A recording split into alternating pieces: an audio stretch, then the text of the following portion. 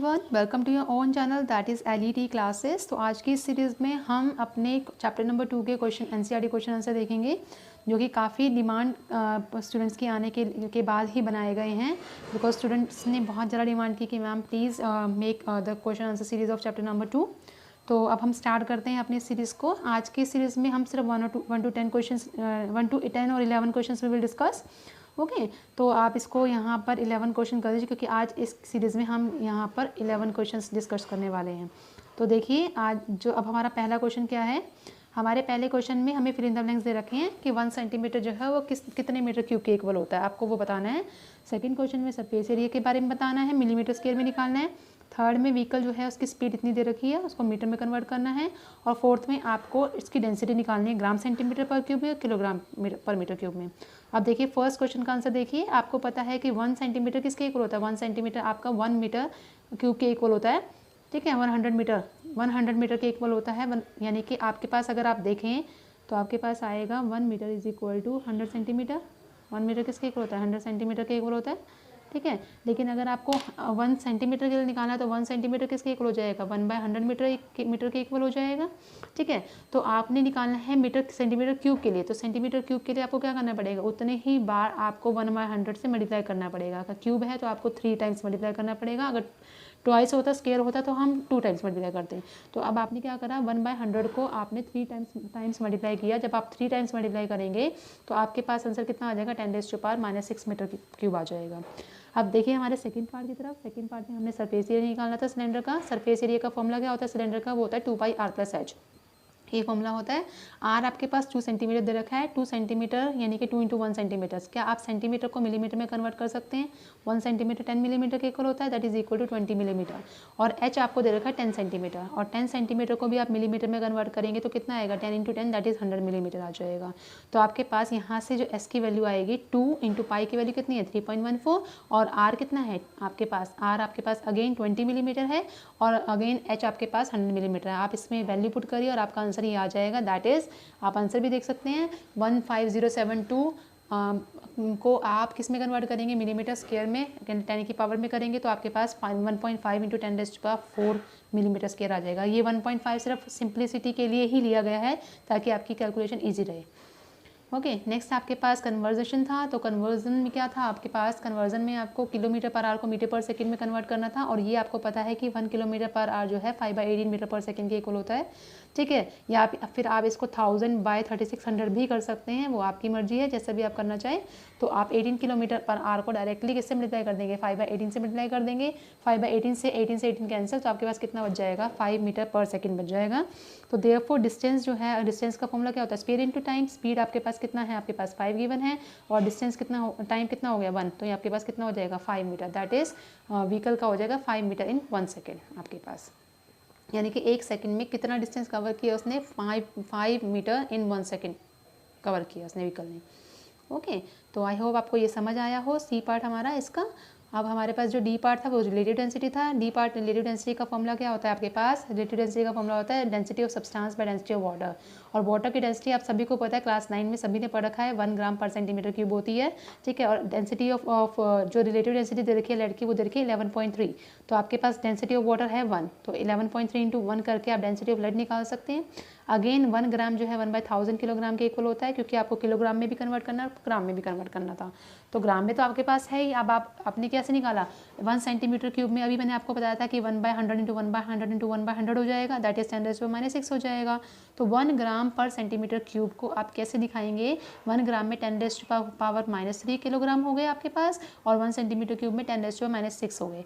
तो जब आप इसको सॉल्व करेंगे तो कितना आ जाएगा, 10⁻3 kg पर मीटर क्यूब आ जाएगा। तो 11.3 ग्राम पर सेंटीमीटर क्यूब में कितने किलोग्राम पर मीटर क्यूब होंगे, वो होंगे आपके पास 11.3 × 10⁻3 किलोग्राम पर मीटर। सेकंड क्वेश्चन की तरफ बढ़ते हैं। सेकंड क्वेश्चन में हमारे पास फिल इन द ब्लैंक्स है। आपको किलोग्राम मीटर स्क्वायर पर सेकंड स्क्वायर को ग्राम सेंटीमीटर स्क्वायर पर सेकंड स्क्वायर में कन्वर्ट करना है। और आपको पता है कि सेकंड पर स्क्वायर सेकंड स्क्वायर दे रखा है, तो उसको हम क्या लिख सकते हैं, नीचे लिख सकते हैं डिनोमिनेटर में सेकंड स्क्वायर आ जाएगा आपके पास। और किलोग्राम में कितने ग्राम होते हैं 1000, मीटर में होते हैं 10⁻², और second square as it is आ जाएगा आपके पास। तो इसको हमने क्या कर दिया, ग्राम सेंटीमीटर स्क्वायर में कन्वर्ट कर दिया। तो जब आप इसको पूरे को सॉल्व करेंगे तो आपके पास कितना आ जाएगा, 10⁻7 ग्राम सेंटीमीटर पर सेकंड स्क्वायर आ जाएगा। नेक्स्ट आपके पास 1 meter is equal to light year show करना है आपको। तो 1 मीटर जो है लाइट ईयर को कन्वर्ट करने के लिए आपको क्या करना पड़ता है, आपको लाना पड़ता है 9.46 इंटू 10⁵ से डिवाइड करना पड़ता है। या फिर आप एक और चीज़ भी कर सकते हैं, इसको यहाँ ना लिख के आप 10⁻16 भी लिख सकते हैं कि 1 मीटर में 1/10⁻16 लाइट ईयर होते हैं, तो 10⁻16 आपके पास लाइट ईयर यहाँ से आ जाएगा। नेक्स्ट आपके पास 3.0 मीटर पर सेकंड स्क्वायर को किलोमीटर पर आवर स्क्वायर में कन्वर्ट करना है। तो उसको कैसे कन्वर्ट करेंगे आप, उसको 3 मीटर पर सेकंड स्क्वायर को किस में कन्वर्ट करना है आपको, 10 किलोमीटर पर आवर स्क्वायर में। तो उसको कन्वर्ट करने के लिए आपको पता है कि 1 किलोमीटर के लिए अगर मीटर को किलोमीटर में कन्वर्ट करना है तो 1000 से आपको डिवाइड करना पड़ेगा, और सेकंड स्क्वायर को अगर आवर्स में कन्वर्ट करना है तो 1/3600 से डिवाइड करना पड़ेगा। तो आपने क्या कर दिया, यहाँ पे 1000 से मल्टीप्लाई कर दिया, यहाँ पे 1/3600 से डिवाइड कर दिया।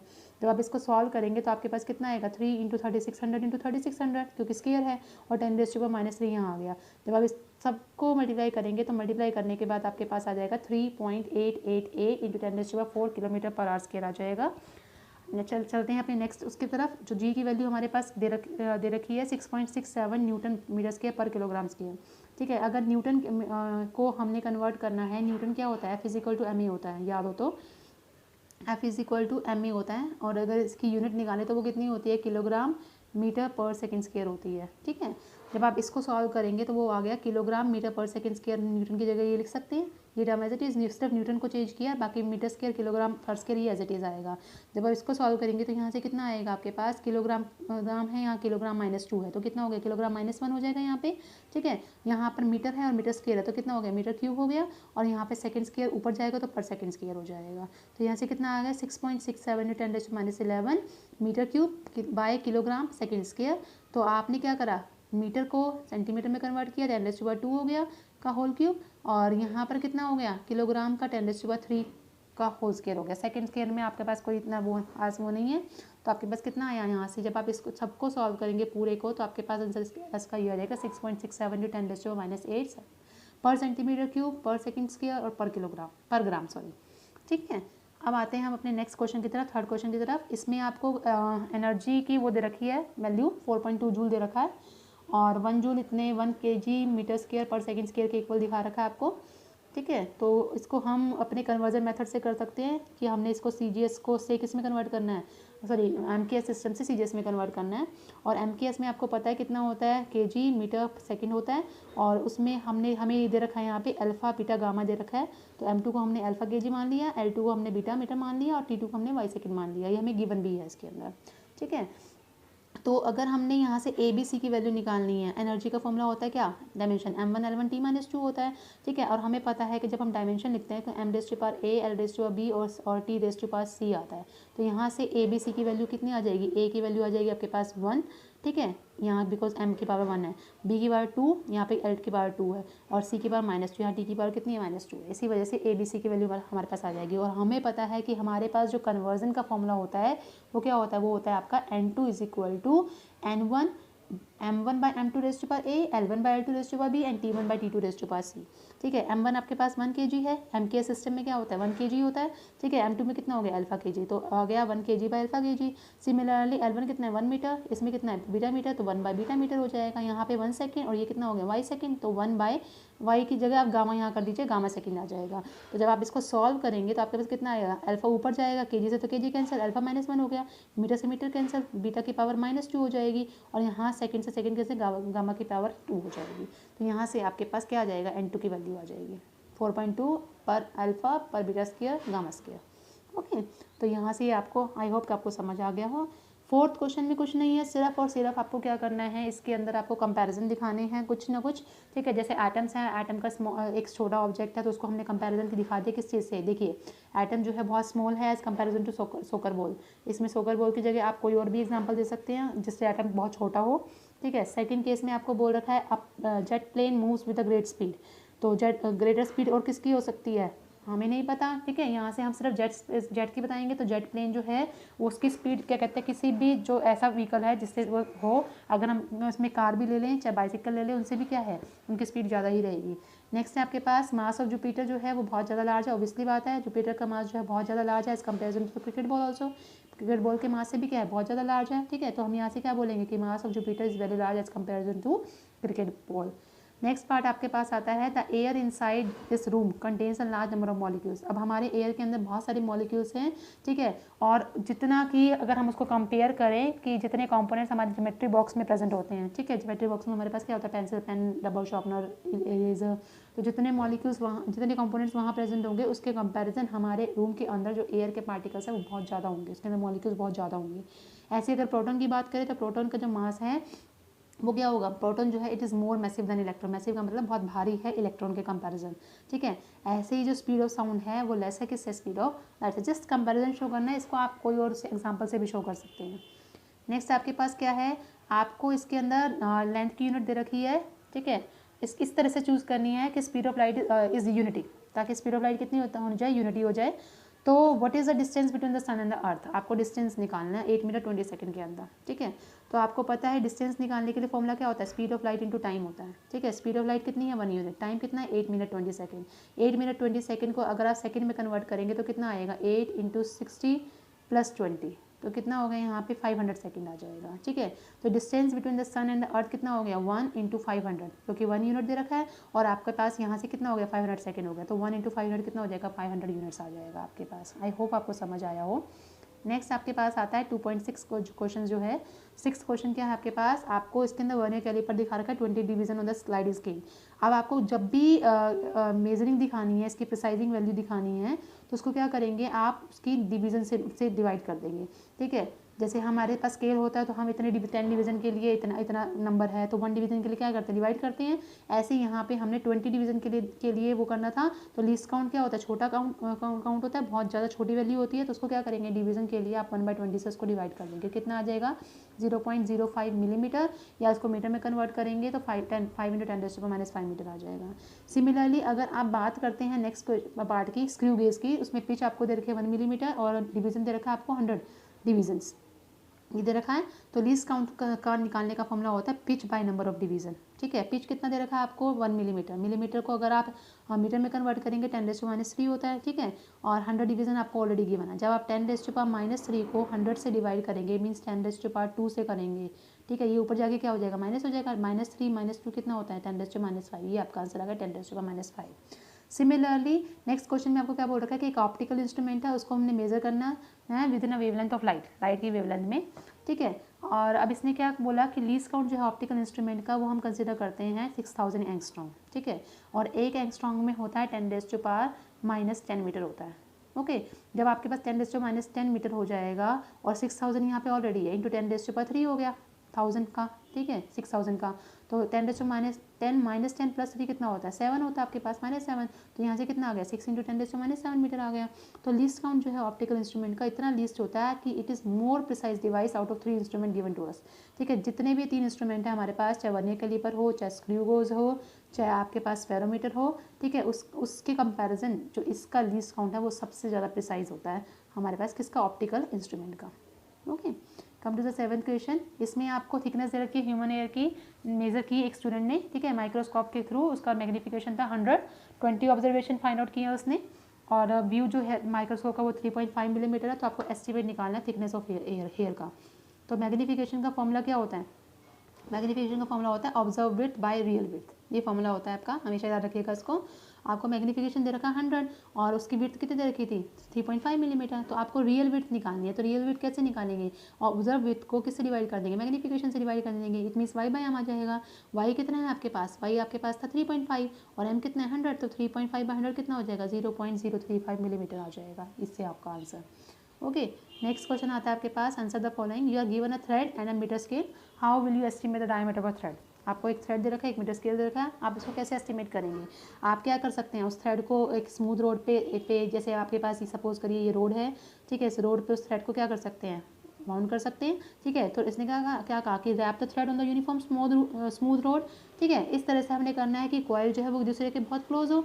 तो जब हम उसके लेंथ को मेजर करेंगे with the help of a metre scale, तो डायमीटर जो है उसको कैसे निकालेंगे, डायमीटर को निकालेंगे length of the thread winding, जितना हमारे पास इतनी लेंथ है उसको किससे मल्टीप्लाई करेंगे, उसके नंबर ऑफ टर्न से, कितने नंबर ऑफ टर्न हमने दे रखे हैं, सपोज कर नंबर ऑफ टर्न 10 हो जाएंगे और लेंथ होगी इसकी 10, तो 10 × 10 कितना आ जाएगा आपके पास, डायमीटर 100 आ जाएगा, ठीक है। तो यहाँ से आप उसकी डायमीटर निकाल सकते हैं। नेक्स्ट आपको बी पार्ट बता रखा है कि स्क्रू गोज की पिच जो है 1.0 मिलीमीटर है और 200 डिवीजन है उसके अंदर।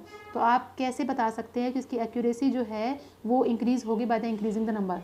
ऐसा तो पॉसिबल नहीं है कि अगर हम स्क्रू गोज की के एक्यूरेसी को इंक्रीज़ करें तो नंबर ऑफ डिवीज़न को इंक्रीज़ करने पर हम इसकी एक्यूरेसी इंक्रीज़ कर सकते हैं, ऐसा पॉसिबल नहीं है। ठीक है, हम क्या बता सकते हैं कि इंक्रीजिंग द नंबर डिवीज़न, जैसे ही हम नंबर डिवीज़न को इंक्रीज़ करेंगे तो वैसे क्या होगा, उसकी एक्यूरेसी कुछ सर्टेन लिमिट तक इंक्रीज़ होगी। लेकिन हमारे जो ह्यूमन आई की जो लो रेजोल्यूशन की वजह से जिस हम प्रॉपरली देख नहीं पाएंगे, ठीक है, एक प्रॉपर एरर कंटेन करेगी। It is not possible to read very closely very precisely. ये बहुत ज़्यादा इम्पॉसिबल है कि हम प्रिसाइज वैल्यू को रीड करना बहुत मुश्किल है। ठीक है, यहाँ से आपका ये आ गया। सी पार्ट में क्या बता रखा है कि मीन डायमीटर जो है थिन ब्रास रोड का is to be measure by 1 acre पर। Why is a set of 100 measurement of the diameter expected to yield a more reliable estimate. अब आपके पास क्या है, 100 मेजरमेंट है, एक 100 मेजरमेंट हो, रैंडम एरर के केस में मैंने आपको बताया था, एक आपके पास 100 मेजरमेंट है, एक आपके पास 5 मेजरमेंट है। और 100 में हम क्या करते हैं, मैक्सिमम हमने रीडिंग्स ली। ठीक है, मैक्सिमम रीडिंग लेने के बाद हमने क्या किया कि जब 100 टाइम्स रीडिंग लेंगे तो हो सकता है उसमें से कोई एक रिलायबल रीडिंग हो जो हमारे पास हमारे उस ट्रू वैल्यू के क्या हो, बहुत क्लोज हो। तो 5 मेजरमेंट जो है ये क्या कहते हैं, इससे ज़्यादा तो हमारे पास रिलायबल कौन सा 100 मेजरमेंट है। ठीक है, तो रैंडम एरर्स उसके अंदर इन्वॉल्व होती हैं। ठीक है, तो 100 मेजरमेंट्स में हमारे रैंडम एरर को हम सॉल्व करने की वो रखते हैं कि हम रैंडम एरर को सॉल्व कर सकते हैं 100 मेजरमेंट में। नेक्स्ट आपके पास आता है नेक्स्ट कि एक फोटोग्राफ है, उसके अंदर एरिया दे रखा है 1.75 सेंटीमीटर स्क्वायर, 35 मिलीमीटर्स का स्लाइड है। तो स्लाइड जो है it is projected on to screen. ठीक है, तो what is the linear magnification आपको निकालना है। तो अगर आपको पता हो कि हमने लीनियर मैग्नीफिकेशन के बारे में पहले भी बात की है, मैग्नीफिकेशन के बारे में, तो चलिए देखिए, एरिया जो है हाउस ऑन स्लाइड का दे रखा 1.5 सेंटीमीटर स्क्वायर, उसको मीटर स्क्वायर में कन्वर्ट करेंगे तो 10⁻⁴ से डिवाइड हो जाए, मतलब मल्टीप्लाई हो जाएगा। हाउस का जो वो एरिया दे रखा है वो दे रखा है 1.55 मीटर स्क्वायर। तो एरियल मैग्नीफिकेशन का फॉर्मूला होता है area on screen by area on slide. तो आपके पास कितना हो गया, 1.55 मीटर स्क्वायर बाय 1.75 इंटू 10⁻⁴। जब आप इसको डिवाइड करेंगे इससे तो आपके पास कितना आ जाएगा, 8.857 10⁻³ आ जाएगा। तो लीनियर मैग्नीफिकेशन निकालने का फॉर्मूला होता है रूट ऑफ एरियल मैग्नीफिकेशन। और एरियल मैग्नीफिकेशन कितना आया, 8.857 इंटू 10⁻³ आया। तो इसका आप रूट निकालेंगे तो आपके पास कितना आ जाएगा, 94.1 आ जाएगा। ठीक है, आप सॉल्व करके देखिए, फिर भी आपको कोई प्रॉब्लम होती है तो आप पूछ सकते हैं। चलिए अपने 2.10 की तरफ आते हैं। इसमें आपको सिग्निफिकेंट फिगर निकालनी है। मैंने आपको सिग्निफिकेंट फिगर्स के रूल बताए थे। इसमें अगर आप देखें तो इस जीरो को हम काउंट नहीं करेंगे, इसमें सिर्फ एक ही सिग्निफिकेंट फिगर है। 2.64 के अंदर इसका कोई वो नहीं है रिलायबल, हम सिर्फ इसके बारे में बात करेंगे। तो सिग्निफिकेंट फिगर कितने हैं, 3। यहाँ पर जीरो को हम काउंट करेंगे इसके अंदर, क्योंकि जीरो ट्रेलिंग वैल्यू है आपकी, मतलब एंडिंग वैल्यू है। तो यहाँ से भी हमारा कितना आ गया, 4 आ गया आपके पास। 6.320 में कितना आ जाएगा, इसमें भी कितनी सिग्निफिकेंट फिगर है आपकी, 4 सिग्निफिकेंट फिगर्स है। 6.032 में जीरो को हम काउंट करेंगे, यहाँ पे 4 आ जाएगा। और ऐसे ही यहाँ पे 0.0 इसकी ट्रेडिंग जो जीरोस होती है उसको हम काउंट नहीं करते, सिर्फ लास्ट वाली डिजिट काउंट करेंगे। 6032 इसमें कितना आ जाएगा आपके पास, 4 आ जाएगा। तो ये आपकी क्या हो गई, सिग्निफिकेंट फिगर्स आ गई।